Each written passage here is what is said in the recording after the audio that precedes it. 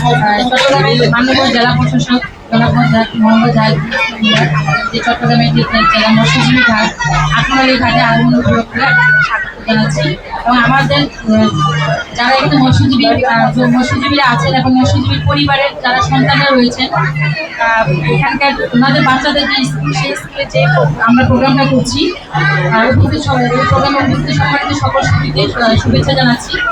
আমি একটা কথা বলতে চাই যে আমাদের যে এই যে আত্মনারী ঘাট সহ যে চট্টগ্রামে যে আমাদের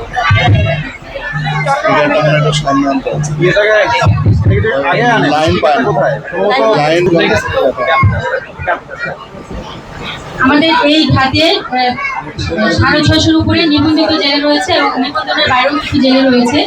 তো এই যে আমাদের এই ঘাটের যারা জেলে সম্প্রদায় রয়েছেন, জেলেদের পরিবার বাস করেন এখানে প্রায় 3.5 শুরু করে। আমাদের সম্মানিত জেলা প্রশাসক মহোদয় ডিসেম্বরের শীতকালে যখন আত্মনারী ঘাট সহ আমাদের চট্টগ্রামের 5টি ঘাটে এসেছিলেন শীতবস্ত্র বিতরণে, এবং তখনই কিন্তু আমাদের জেলা সম্প্রদায়ের একটা দাবি ছিল যে এখানকার একটা স্কুল করে দেওয়ার জন্য। আমি জেলা প্রশাসক মহোদয়কে ধন্যবাদ দিচ্ছি ওনার এই যে স্কুলটাকে যে ভেন্টুল সহ সার্বিকভাবে ব্যবস্থাপনা করে দেওয়ার জন্য, এবং আমাদের জেলের পরিবারের যারা সন্তানেরা রয়েছেন তাদের মধ্যে শিক্ষার আলো জ্বালিয়ে দেওয়ার জন্য।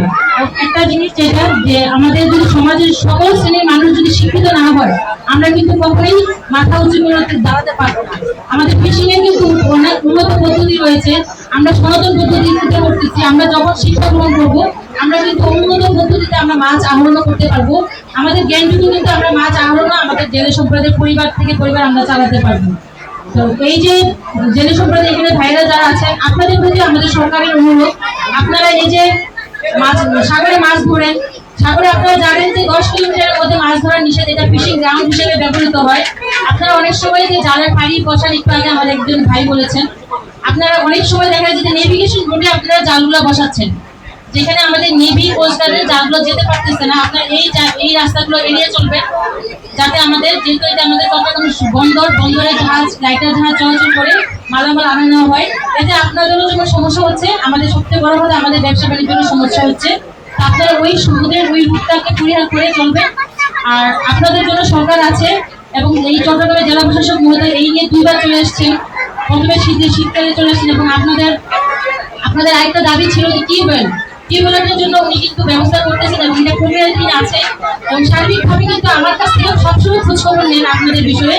তা আমরা আশা করবো যে আপনারা যারা আছেন এখানে, কমিউনিটি যারা আছেন, সবাই আমাদেরকে সহযোগিতা করবেন, যাতে আমরা মৎস্য সম্পদ উন্নয়ন সংরক্ষণে সার্বিকভাবে কাজ করতে পারি। আর পরিশেষে আমি আমাদের জেলা প্রশাসক সহ আমাদের জেলা প্রশাসনে যারা কর্মকর্তা এসেছে সবাইকে ধন্যবাদ দিচ্ছি। ধন্যবাদ।